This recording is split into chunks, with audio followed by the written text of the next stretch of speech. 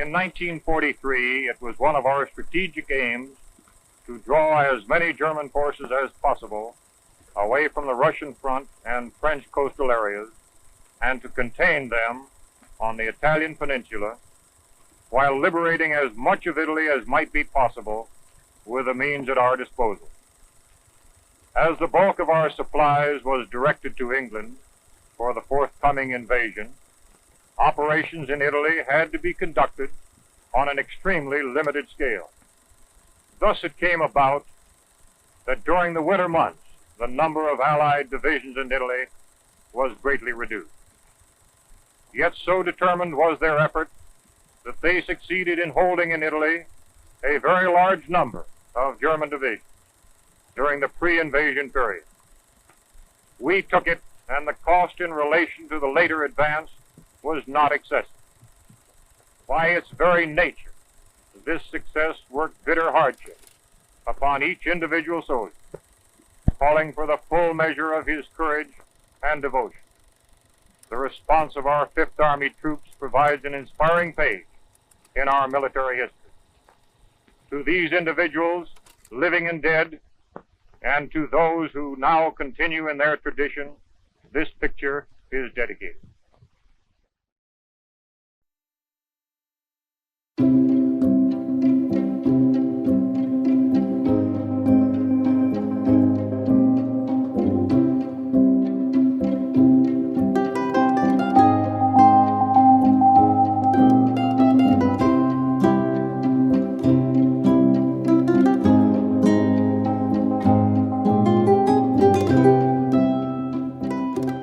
About 50 miles northeast of Salerno, in the southwestern region of Italy, lies the small town of Oliveto Sitra. Today it is a normal and quaint town, with around 4,000 inhabitants.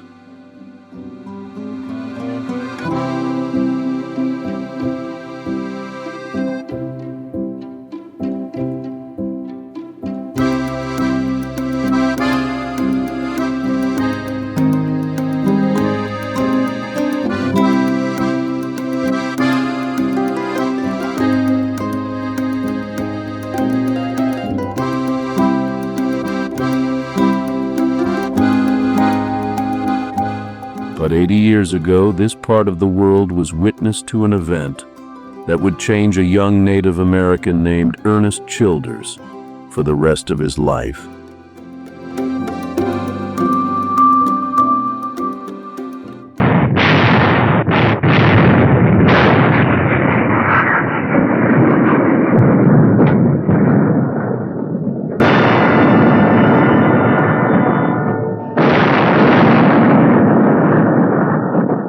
The advance never got more than 600 yards past the line of departure. Day and night they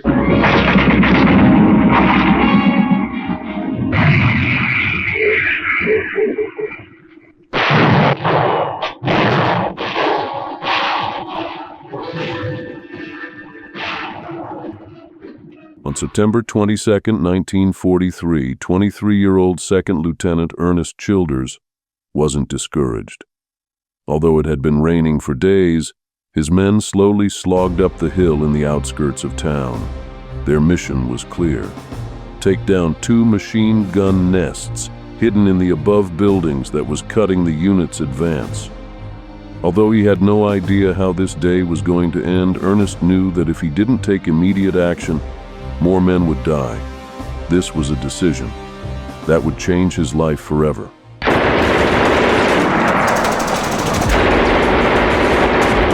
As he climbed the stone-filled terrain, the German machine guns spotted him and his team's position. They then proceeded to lay down heavy gunfire from their formidable weapon, the MG-42.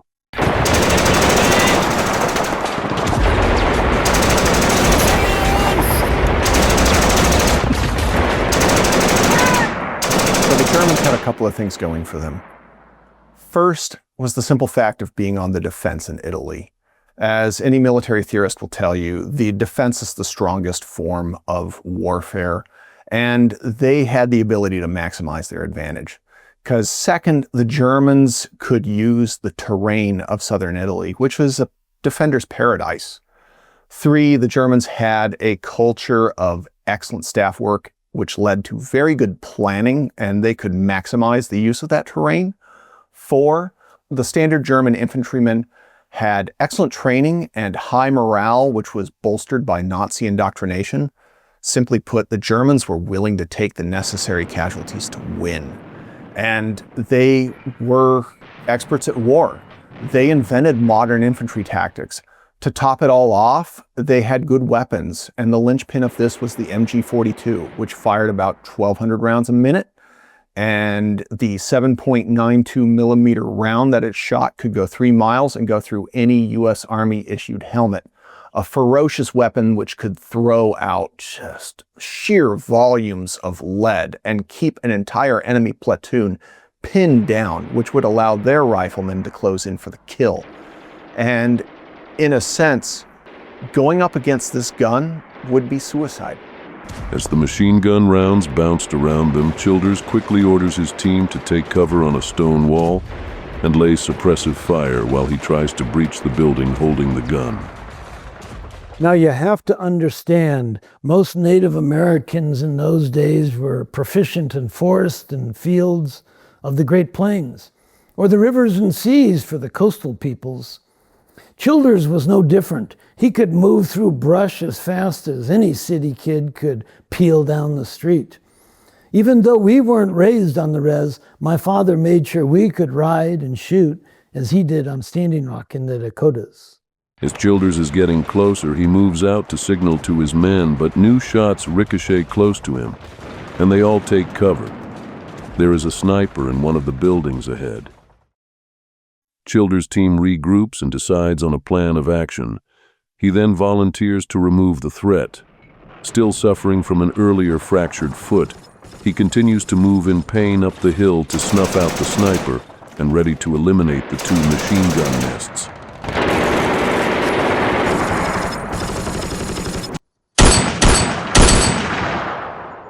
But the important question was this: who was this man, Ernest Childers, and what made him take action on what seemed to be a suicidal mission? Ernest Childers was born in 1918 in Broken Arrow, Oklahoma, and was a member of the Muskogee Creek Nation. One of 5 boys, Childers and his brothers grew up in extreme poverty, an economic reality very common in the Indian reservations of the time.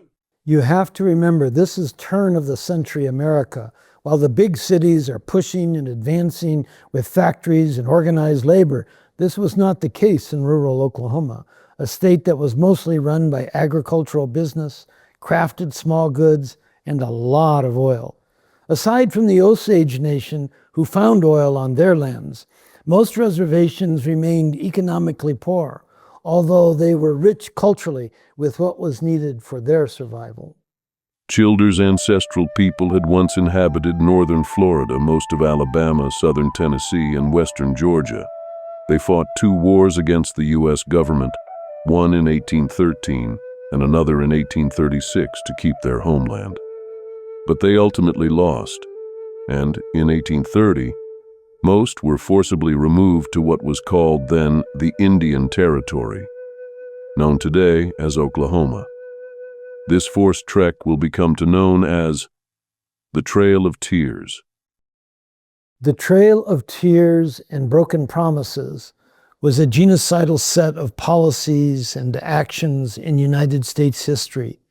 Disgraceful decisions by the government as forced relocation during the 1830s of native nations of the southeastern region of the United States. The Cherokee, Creek, Chickasaw, Choctaw, and Seminole were all moved to so-called Indian Territory west of the Mississippi River. Can you imagine being with your family as soldiers drag out your mother, your grandmother, brothers and sisters, and put them on a forced march of thousands of miles? Imagine this with little rest, food, or water. Over 6,000 die on these marches. A terrible time in American history. After the relocation of the Creek and during the Civil War, internal divisions surfaced, as different Creek factions fought on both sides for the Confederates and the Union. Again, we see that in spite of their fate, the members of the Creek Nation still sided with their white brothers in common interests and were willing to die for common causes. This shows the great commitment and duty these people have when there is something they believe in. It is recorded that over 20,000 Native Americans fight in both sides in the Civil War, and almost as many die as victims of military concentration camps. Soon after the Civil War ends, the reconstruction of the southern states begins, and the Creek reestablished themselves as the Creek Nation with a new capital at Okmulgee, Oklahoma. Their territory originally encompassed of 2 million acres, but most of that was gone by the time Childers was born. Congressional acts dismantled the 5 civilized tribes' government, opened up the Indian Territory to settlers, and broke tribal lands into small private parcels, leading to events such as the Oklahoma Land Rush of 1893.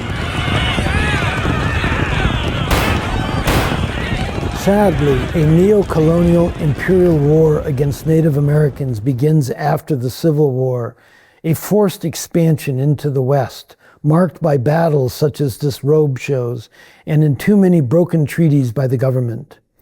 By the 1890s, improved agricultural and ranching techniques led the United States and Washichu Americans to realize that Indian Territory land could be valuable, and they pressured the government to continue white settlements in the region. Of course, this would override other agreements and treaty rights the government had with these Indian nations. On September 16, 1893, the Cherokee Outlet opening was Oklahoma's 4th and largest land run.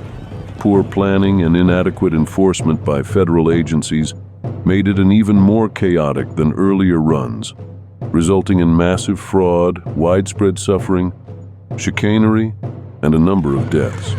In that morning, when the flag signal was raised, thousands of people rushed across the border. Approximately 50,000 people, young and old, men and women, rushed to try their luck in acquiring one of the 12,000 land tracts that were available. In total, there were 7 land rushes in Oklahoma. All of them were legalized theft of native land, and pretty chaotic and unruly. Deaths, big-time cheating, and all kinds of shenanigans were in order. People hiding the night before, people killing others to steal their parcels. All these situations are why people on the East Coast call it the Wild West, as no real order was in place for Native people, and not much for desperate whites either. The United States wanted the land for non-Indians. In 1907, Oklahoma gains statehood. Soon after that, the bulk of Creek lands and resources were lost, sold to make ends meet, or foreclosed upon to pay property taxes to the newly founded counties. Childers, one of 5 brothers, thus came of age amidst widespread impoverishment. His father, a lawyer, died when Childers was 12 years old. By then, it was the middle of the Great Depression. Between that and the bleakness of the Dust Bowl, poverty was all over the state. Most people had a devastating time surviving, but it was even worse in Native American communities. Now, Childers couldn't have gotten the worst end of the stick. Being raised in an impoverished community like the Creek reservations, he witnessed 2 very bad economic turns: the Great Depression and the Dust Bowl. The Great Depression devastated financial institutions in the larger cities in the country, so there was no working capital for factories or to pay for materials or workers. Massive unemployment rose. And in Oklahoma, the situation was even harder due to the incredible drought of the Dust Bowl, except for native resiliency adapting to tougher circumstances in the previous century. As a youngster, Childers became a sharpshooter who relied on his hunting rifle to put food on the table. Things got so bad during the Depression that his mother not only couldn't afford to buy meat, but could only afford to give him a single .22 cartridge a day to hunt a rabbit for dinner. As he put it, "I got to be a very good aim because if I missed, we didn't eat." Now, even if you don't think too much of this, impoverished and frontier areas have traditionally been the cradles of soldiers. Kids growing up in these places learn a lot of the same skills needed for modern war. The same goes for America's reservations. These kids essentially had early military training by just living their lives. Most guys drafted in World War II only saw a gun for the first time in basic training. Native Americans were around guns, ammo, knives, and all sorts of survival tools because that was just life. In his teens, Childers was sent to the Chilocco Indian Agricultural School, a huge federal boarding institution with over 100 buildings spread out over 5,000 acres. It taught classes from elementary grades through high school. It sought to assimilate Native American children into white culture and put a heavy emphasis on strict military regimentation. During World War II, dozens of the Chilocco alumni died fighting for the United States. Now, these boarding schools were not the learning institutions many white children attended. They used corporal punishment and abused the children physically and psychologically, sometimes to their death, some buried in unmarked graves. Children were lucky to go to a military academy or an agricultural school, maybe having something of a career afterwards. But most, and especially girls, were kidnapped from their families and sent to religious boarding schools, where education was relegated to hard labor and austere religious teachings. The Chilocco Indian Agricultural School first opened its doors in 1884 with around 150 children from the Cheyenne, Arapaho, Wichita, and Comanche tribes. The purpose was to civilize and Christianize these children and to learn vocational skills, though the quality of their education was far behind that of white students. It was considered home and haven to some, but to many it was a reformatory and prison, especially those students who refused to give up their culture. Chilocco was one of many federal schools designed to dissolve tribal identity and to erase indigenous beliefs and practices. The idea of the first off-reservation Indian boarding schools was the brainchild of Colonel Richard Henry Pratt. Pratt, who was a staunch assimilationist. His main phrase was, "Kill the Indian, save the man." In 1879, he established the most well-known of the off-reservation boarding schools, the Carlisle Indian School in Carlisle, Pennsylvania, a model that was later replicated all around the country and was where Chilocco had its roots. Carlisle and other off-reservation boarding schools instituted their assault on Native cultural identity by first doing away with all outward signs of tribal life that the children brought with them.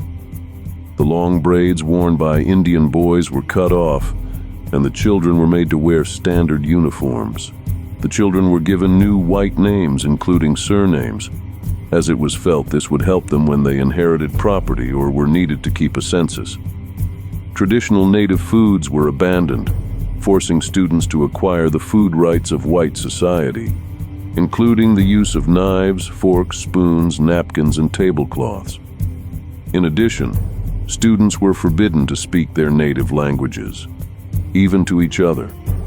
But one of the important reasons the government wanted these off-reservation boarding schools running was to eliminate the culture and language and the tribal beliefs that sustain life, especially the ones that clashed with white society, like notions of a nuclear family consisting of a father and a mother and children, obedience for the white law, and most of all, to enforce private property, something Native Americans didn't have as a main belief, since the land was for everyone and all forms of life, more as a kind of stewardship.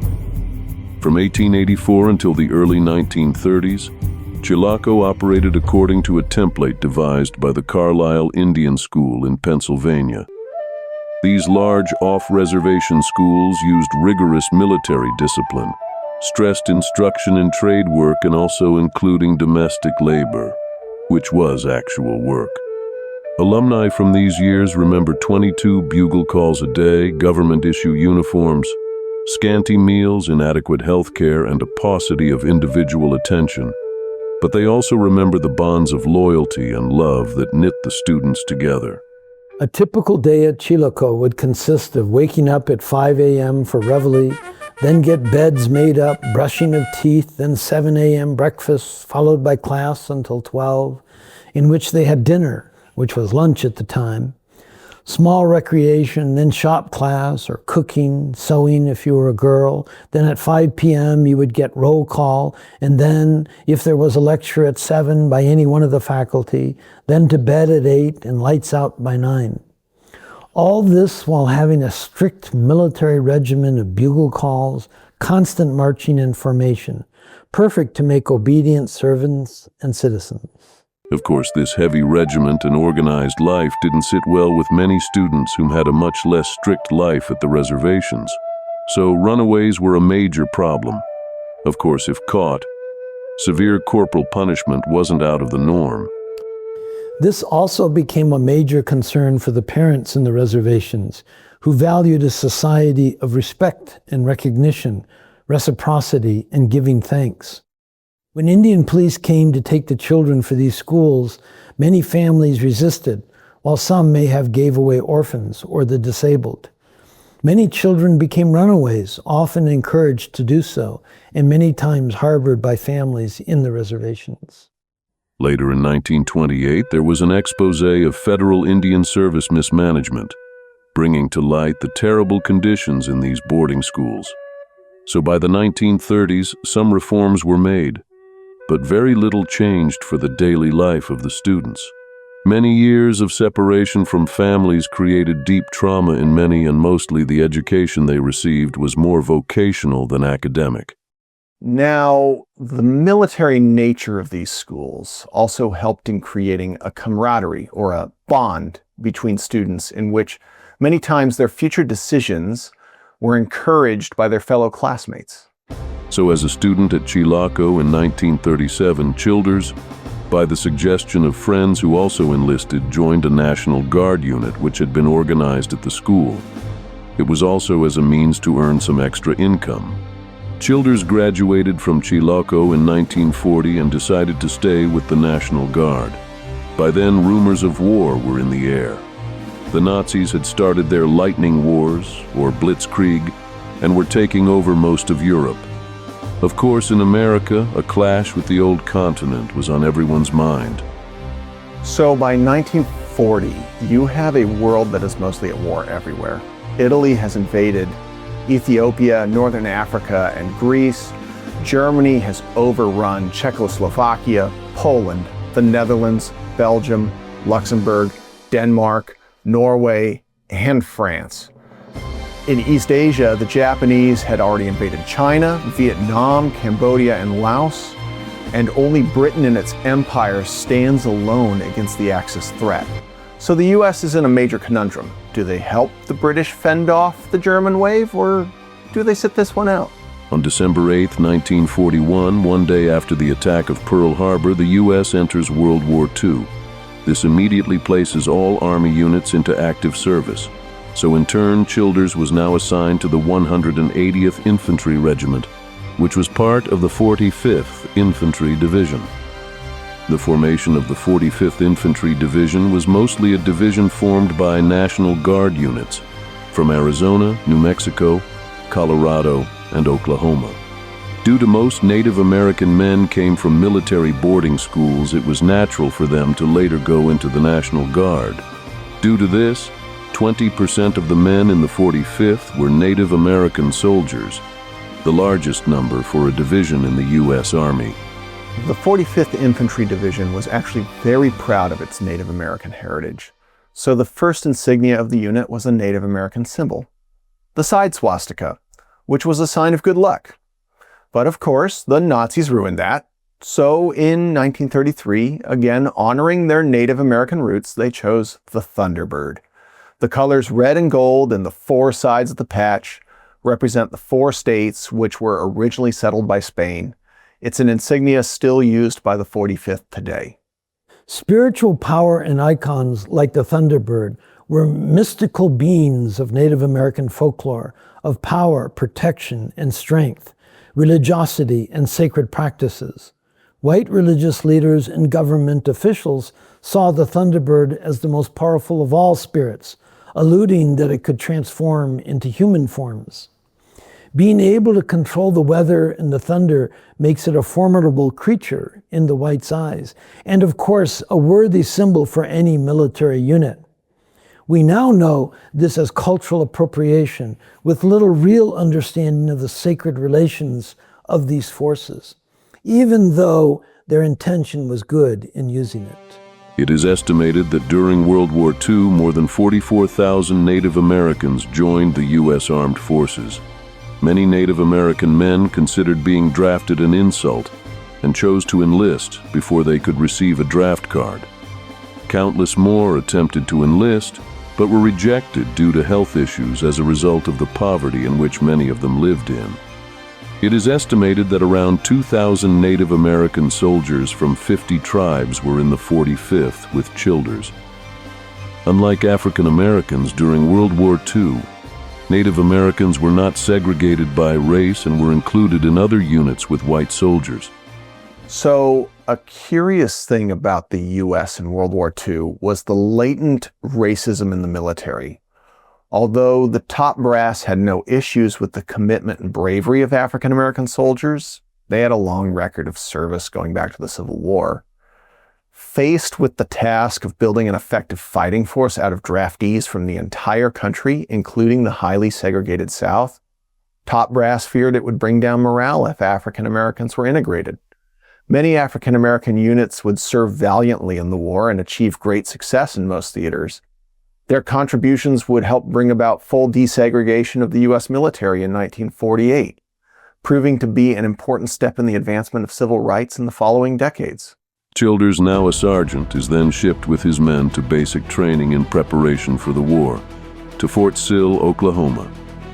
While training at Fort Sill, the 45th's ranks slowly began to swell with non-guardsmen from across the country. By the time the Thunderbirds reached Fort Devens, Massachusetts in the spring of 1942, the division consisted of men from 47 states. However, that did not mean that the impact of American Indian soldiers was diminished. Still, before they proved their mettle in battle, they had to overcome stereotypes and racist attitudes while training stateside. Training was not an easy task for a new recruit, even if they had already spent time in the military. Drill sergeants are in your face, whether you're a troublemaker or you're towing the line.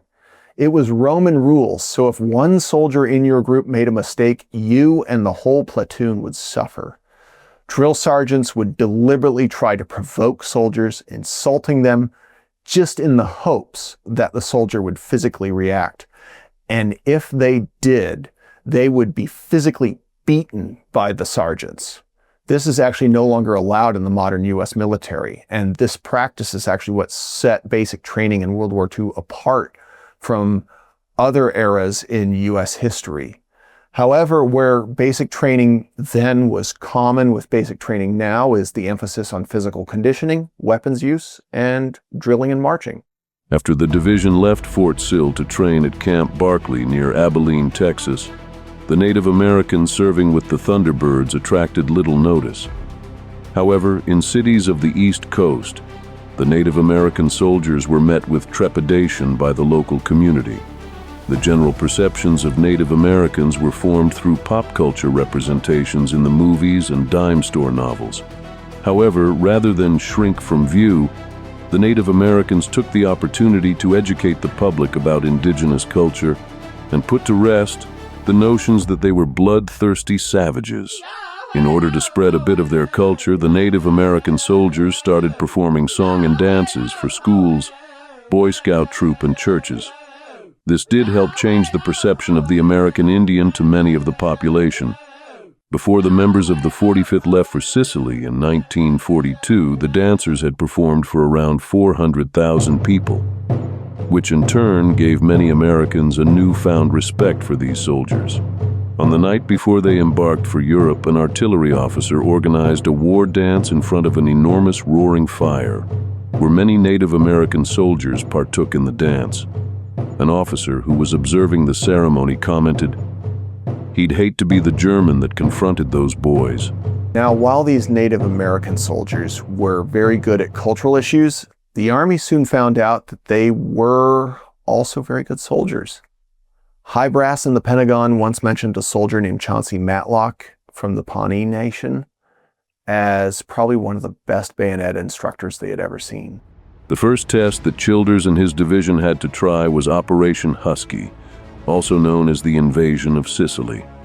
On June 8, 1943, 21,000 soldiers in the 45th Division set sail in 19 ships from Hampton Roads, Virginia, to Oran, Algeria. After a week-long layover in Oran organizing the supplies, they set sail for Sicily. Unfortunately for the soldiers and officers that would go ashore, the Army landing craft coxswains, with which they had trained in the Chesapeake Bay, were diverted to the Pacific Theater, and the new Navy crewmen replacing them were unfamiliar with the new infantry landing ships, or LSIs. These new coxswains, or boat drivers, would shuttle the men to the shore. 5,300 Allied troops organized into 67 battalions came ashore in the first wave on the 26 beaches that stretched across 105 miles of coastline in southern Sicily. The 45th Division was one of 2 divisions in Lieutenant General Omar Bradley's 2nd Corps of Patton's 7th Army. The 45th Division was to land on the extreme right of the American line at Skogliti. Once ashore, the American troops were to push as far as 30 miles inland, so that enemy artillery would not be able to shell coastal airfields captured by the Allied forces. The 45th Division had a rougher landing than either Major General Terry Allen's 1st Infantry Division or Major General Lucian Truscott's 3rd Infantry Division, which came ashore further west at Gela and Licata, respectively, right up to the point that the soldiers were ordered to their assembly areas for loading onto the LSIs. Many of the Native Americans of the 45th Division were playing poker and sharpening their knives, eager to use them on the Italian soldiers defending the largest Mediterranean island. The soldiers of the Thunderbird Division had to brave 12-foot swells as they rowed to shore in their LSIs, and then had to fight their way ashore through a 6-foot surf. As they did so, a pair of destroyers fired white phosphorus shells that slammed into the Italian machine gun pillboxes and gun batteries. Once the Italians on the island's southern coast had been vanquished by the Americans, Patton directed Middleton to drive north toward the center of the island to reach the north coast. With the Italians steadily losing their will to fight, the Germans took over the island's defense. Field Marshal Albert Kesselring skillfully used the island's mountainous terrain to his advantage, slowing the Allied advance north towards Messina. The 45th Division fought its way through Caltanissetta on July 19th, and 4 days later reached Coastal Highway 113. Advancing east along the coastal road, they ran into the Germans. Patton exhorted Middleton to push his troops hard. This is a horse race in which the prestige of the U.S. Army is at stake. Patton told him, "We must reach Messina before the British." It was during this hard fighting in Sicily that Childers was promoted to 2nd lieutenant. By now, the war is changing into the Allies' favor. Mussolini, who had been saved from terrible defeats by his German allies in the past, is now running out of luck. The Germans are bogged down on the Eastern Front. The British and the Americans are seizing control of the seas and the air. And as for him, most of the Italian army had surrendered in North Africa, and he faced Allied invasions on Italian soil. The Italian nation, from the common soldier to the king, has had enough of it. So in July 1943, they overthrew Mussolini, and the Italian Grand Council started backdoor negotiations with the Allies. But the Allies would only accept unconditional surrender from all Axis powers. This did not sit well with Hitler, and quickly orders the German army to take over the defenses of Italy. In some cases, the German leadership, enraged by the treason of the Italians, moved with a total war policy and burned many towns and killed cooperating Italian civilians. Now the Italians found themselves in the unfortunate position from August 1943 until the end of the war of being occupied by both Allied and German forces. Now the peninsula had become the scene of some of the most intense fighting of the war. Kesselring was forced on the night of August 11th to withdraw the Axis troops to the mainland. To his credit, he succeeded in getting 40,000 crack German troops, as well as 60,000 Italian troops, across the Strait of Messina to safety in Calabria. One of the important things that people don't know is that a lot of attention and glamour has been placed on D-Day and the French theater of operations. But for American troops, Italy was the toughest land campaign of the war. Here, American troops first came face to face with the Germans in large numbers, and they weren't hampered by their Italian allies. And secondly, the weather and terrain didn't help. It was the worst possible for offensive operations. Montgomery's 8th Army landed in Calabria on the Italian mainland on September 3rd. On the same day, Major General Walter Bedell Smith and Italian Brigadier General Giuseppe Castellano agreed to an armistice at Cassibile, Italy. Next, on September 9th, the 45th Division participated in Operation Avalanche, part of the Allied landings near the port of Salerno. After the beaches had been secured, the Americans and British began to fight their way inland. Kesselring ordered the German forces at Salerno to pull back to stronger positions inland on September 16th. As the Germans fell to defensive positions, the Allies followed on their heels. In the days that followed, Middleton directed elements of the 45th Division to capture the following urban areas and gain ground. One of these was the hillside town of Oliveto, 35 miles east of Salerno. Now Childers, a second lieutenant by now, was familiar with the terrain and the combat style of the Germans, due to his experience in Sicily, so he knew they were going to put up a fierce fight. But Kesselring also knew he was being pushed and started amassing a large contingent of panzer divisions to hold the southern tip of Italy. He moved 2 divisions to the south and reinforced more closer to Rome. But to no avail, the south of Italy would soon fall. On September 22nd, the 45th Division reached Oliveto and decided to outflank the German positions defending the town. But they were dug in, so a position-by-position assault was needed. So by then, the U.S. Army had to adjust their tactics when it came to assaulting an enemy strongpoint, especially a whole town the size of Oliveto. Many of the lessons learned in Italy would inform the campaigning in Normandy. Remember, this was the early days of urban warfare, and most armies had not developed any specific kind of tactic for fighting in these environments. So that meant soldiers were on their own, and they often had to go house by house and keep an eye out for snipers and machine gun nests there to cut down any advancement. Oliveto had the characteristic that it was on a hill, with mountainous and rock-filled terrain and lots of trees. The kind of theater that was ripe for ambushes and counterattacks. Shelling was ordered to rattle and rush the Germans out. A light rain started that day, as it had been almost through the whole month. But the men had their orders, and rain or shine, the town had to be taken. As the assault starts, Childers, while moving through the terrain, accidentally falls into a shell crater, fracturing his instep in the process. As the combat continued, he struggled, but finally managed to get to an aid station to have it looked at.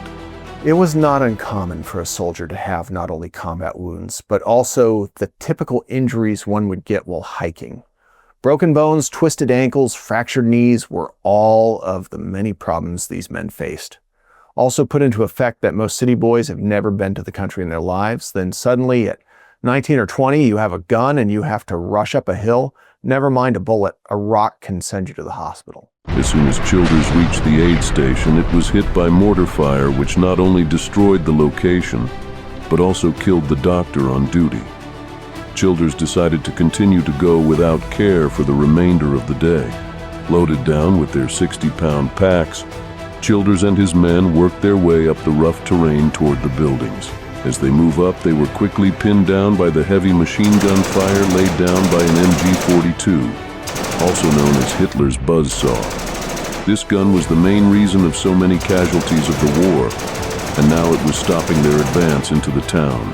As they reached a nearby field, Childers and his men take refuge on an old stone wall to take cover. Then they quickly saw the tracers from the machine nest coming from one of the terraces above the hill. Childers then decided to take some of his men, rush up the field and try to take out the machine guns. He and the men crawled through broken terrain towards the enemy machine gun nests that were placed on the top of the slope, Heath then told by Childers.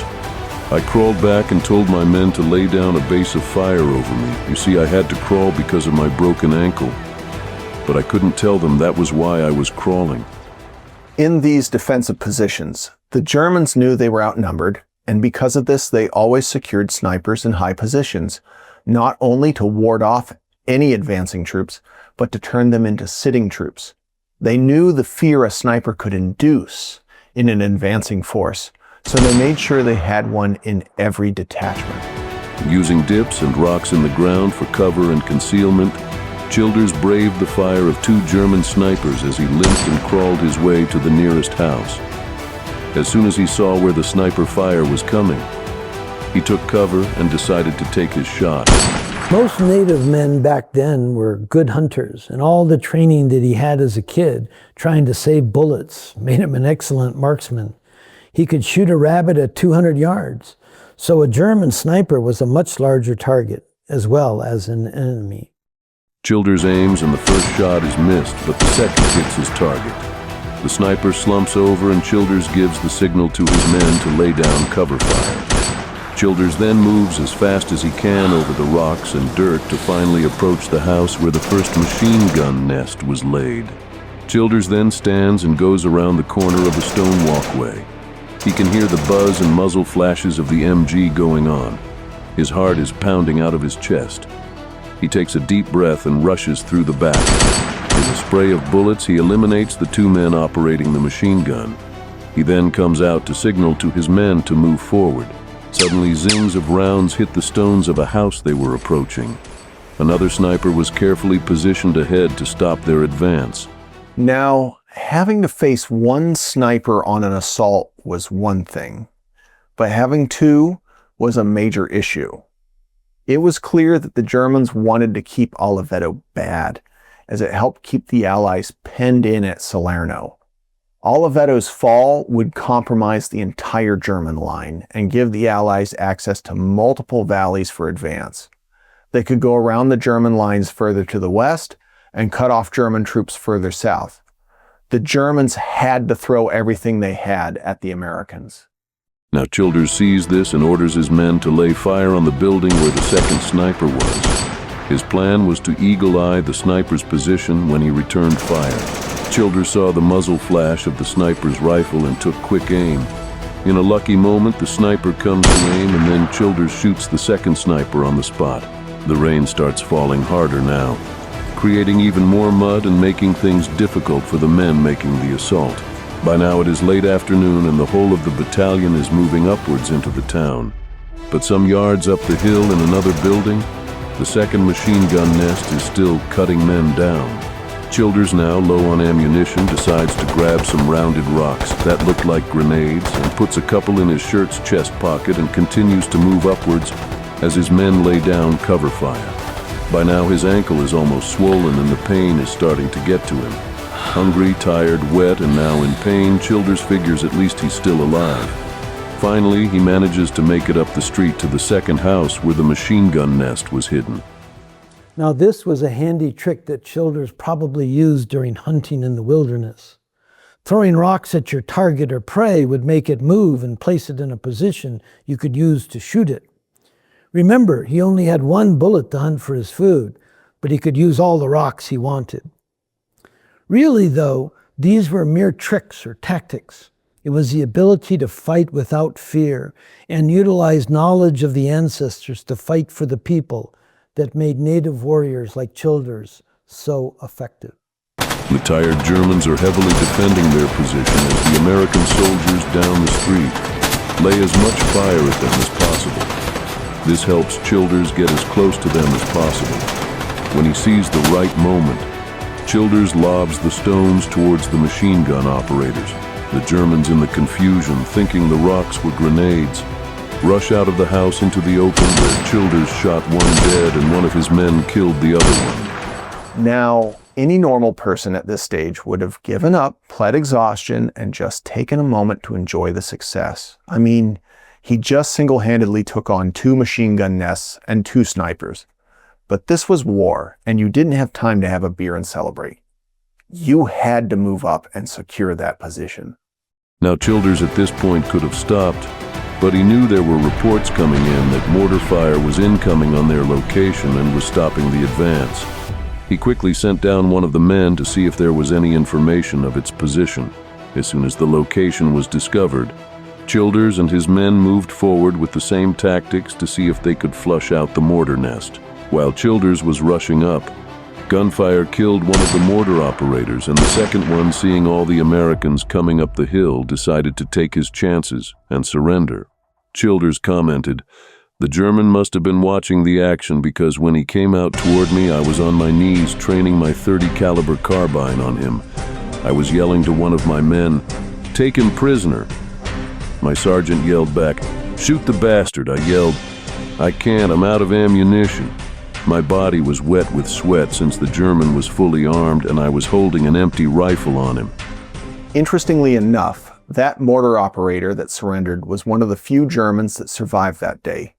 The U.S. Army had a strict code of whenever enemy soldiers surrendered, they were to be taken into custody. Surrendering in combat, of course, was a dangerous proposition, as many soldiers were fired up by the heat of battle and did not obey those orders. To try and condition the soldiers not to shoot, the Army command had a saying, "A bullet not used on a defeated soldier is one you can use on an attacking one." After the actions of the day, Childers was walking with a limp and had various nicks and cuts from crawling on the rocks. So he was given a well-deserved meal and was sent to the American hospital in North Africa to recover from his injuries. Weeks later, he then rejoined his men in the 180th Infantry Regiment to take part in the Battle of Anzio in 1944. Another tough test for the American forces. Ultimately, terrain, planning, and good tactics all worked to the Germans' advantage. The Allies found themselves in a stalemate in southern Italy. Anzio began as an ambitious plan to land American and British forces behind the Germans' winter line, to outflank them and seize Rome before they had time to react. Instead, it ended with the landed Allied forces surrounded in a pocket at Anzio. As Winston Churchill lamented, "I had hoped we were hurling a wildcat onto the shore, but all we got was a stranded whale." The Battle of Anzio became a 136-day bloodbath in which the Allies suffered 43,000 casualties. Amidst the bitter fighting, Childers was wounded once again. Being one of the last to be evacuated, he was still holding his bandages as the trucks started taking the injured. He was sent to larger Army hospital in Naples. There he was able to be nursed slowly back to health. One day while reading by his bed as the warm breeze set in, he was told that a general wanted to see him. Childers was puzzled and alarmed. No general would ever ask or send for a second lieutenant unless he had messed up bad. His thoughts raced all that day. The next day he gets a letter informing him of the reason for the general's visit. Seems that his actions months earlier in Oliveto were reported to the high command, and he was in line to receive the nation's highest honor. On April 8, 1944, in a plain field outside the hospital base, 9 companies stood at attention as a band played, and Lieutenant General Jacob L. Devers, the Mediterranean Theater's deputy commander, awards Childers with the U.S. Army's highest award, the Medal of Honor. Lieutenant General Devers, over the loudspeaker, continued with the oration of the citation, word for word. For conspicuous gallantry and intrepidity, at risk of life above and beyond the call of duty in action on 22nd September 1943, at Oliveto, Italy. Although Second Lieutenant Childers previously had just suffered a fractured instep, he, with 8 enlisted men, advanced up a hill toward enemy machine gun nests. The group advanced to a rock wall overlooking a cornfield, and Second Lieutenant Childers ordered a base of fire laid across the field so that he could advance. When he was fired upon by 2 enemy snipers from a nearby house, he killed both of them. He moved behind the machine gun nests and killed all occupants of the nearer one. He continued toward the second one and threw rocks into it. When the two occupants of the nest raised up, he shot one. The other was killed by one of the 8 enlisted men. Second Lieutenant Childers continued his advance toward a house farther up the hill and single-handedly captured an enemy mortar observer. The exceptional leadership, initiative, calmness under fire, and conspicuous gallantry displayed by Second Lieutenant Childers were an inspiration to his men. That made Childers the first Native American awarded a Medal of Honor since the 1880s. He was granted leave, returned to the U.S., and met President Roosevelt at the White House. When he got back home to Broken Arrow, he was honored with the biggest parade in the town's history. As described in a contemporary publication, schools and businesses were closed. The entire population of the town and surrounding country turned out. The parade was impressive, and the key of the proud little city was presented to the hometown boy who had indubitably made good. Native societies have always honored their returning warriors. Even in modern wars, veterans are given great respect. Many cultures would have them take ceremony. Childers then went on a well-deserved leave back to the States. As a recipient of the Medal of Honor, he was also sent on tour by the military to publicize for war bonds. The tour took him to 22 cities and lasted many months. He was then posted for the remainder of the war in the U.S. In addition to the Medal of Honor, Childers' World War II awards included the Bronze Star, the Purple Heart, and an Italian Cross of Valor, making him the most awarded Native American at this time. Oklahoma also honored him when its legislature bestowed upon him the state's first Distinguished Service Medal. He remained in the Army through the Korean War and the first few years of America's involvement in Vietnam. He retired in 1965 as a lieutenant colonel and returned to his native Oklahoma. His hometown erected a 9-foot statue of Childers in uniform at Veterans Park in 1994. A middle school in the town was subsequently named for him, as well as a Veterans Administration outpatient clinic in Tulsa. Ernest Chief Childers died in Tulsa on March 17, 2005 at the age of 87. He was buried with full military honors in Broken Arrow, not far from the home where he had grown up. Childers' story is not only one of bravery in combat, but also of honor and duty towards your fellow soldiers. If he wouldn't have taken initiative that day in September 1943, who knows how many men would have died trying to take Oliveto, and how much it would have halted the Allied advance. Because of men like Childers, others were allowed to live. Ernest Childers lived his life in accordance to the Creek tradition, to give to others and to give to the land, to look over the errors of others and to seek a better future for all. Even though his upbringing and education was designed to keep his Native American teachings buried and forgotten, he never forgot who he was and why he was on this earth, to fulfill the promise of a better tomorrow. And in that, he certainly succeeded.